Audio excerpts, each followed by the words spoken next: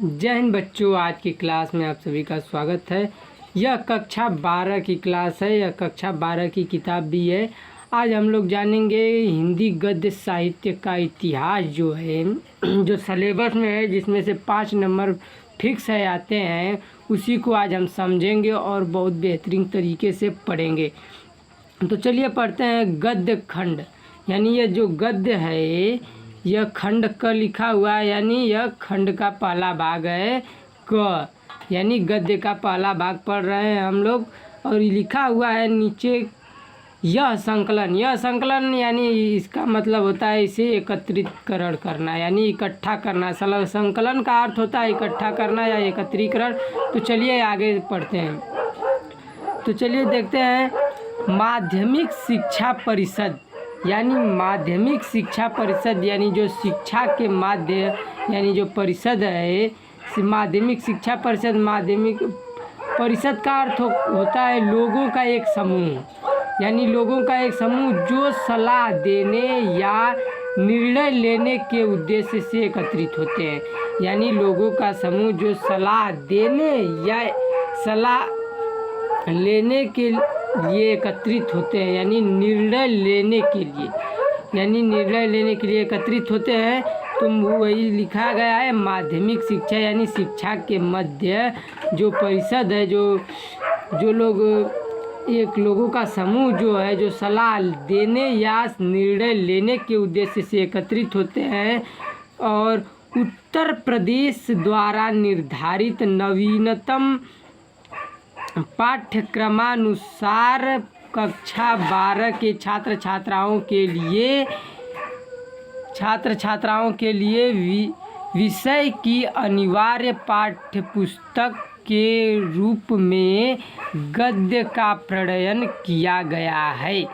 यानी यह जो दिया गया है उत्तर प्रदेश द्वारा निर्धारित, यानी यह उत्तर प्रदेश द्वारा निर्धारित है। यह पुस्तक जो है उत्तर प्रदेश द्वारा निर्धारित है, यानी उत्तर प्रदेश ने इसको निहित किया है। ये उत्तर प्रदेश में निर्धारित किया है नवीनतम पाठ्यक्रमानुसार,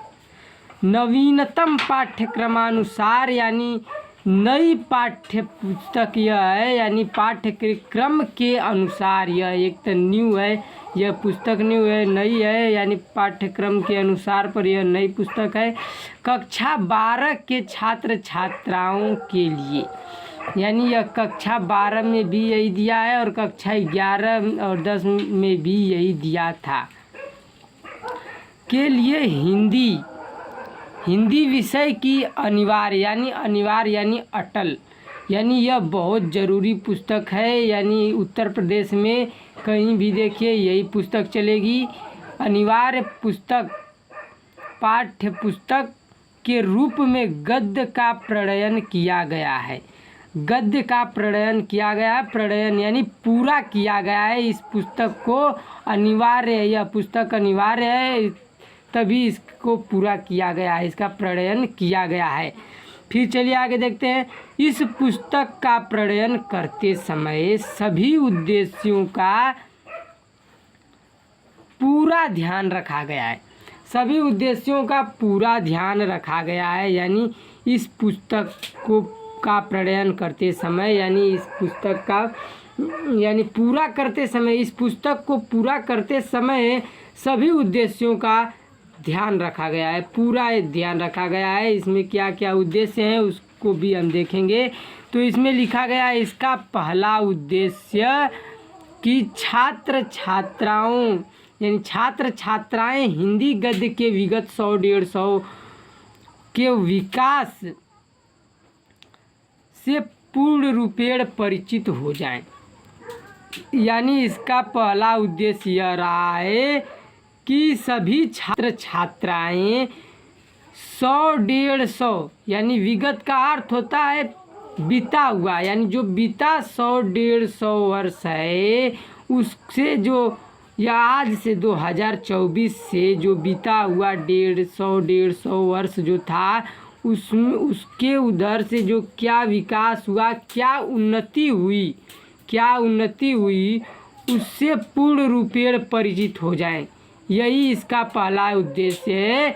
और इस पूर्ण रूपेण परिचित हो जाने के बाद हमें मालूम चलेगा जो हमारा हिंदी गद्य साहित्य है उसमें क्या क्या बदलाव हुए, क्या क्या कठिनाइयाँ हुई उसको प्रकाशित करने में, यह पूरी तरह से हम समझेंगे नेक्स्ट वीडियो में। चलिए, धन्यवाद। जय हिंद बच्चों।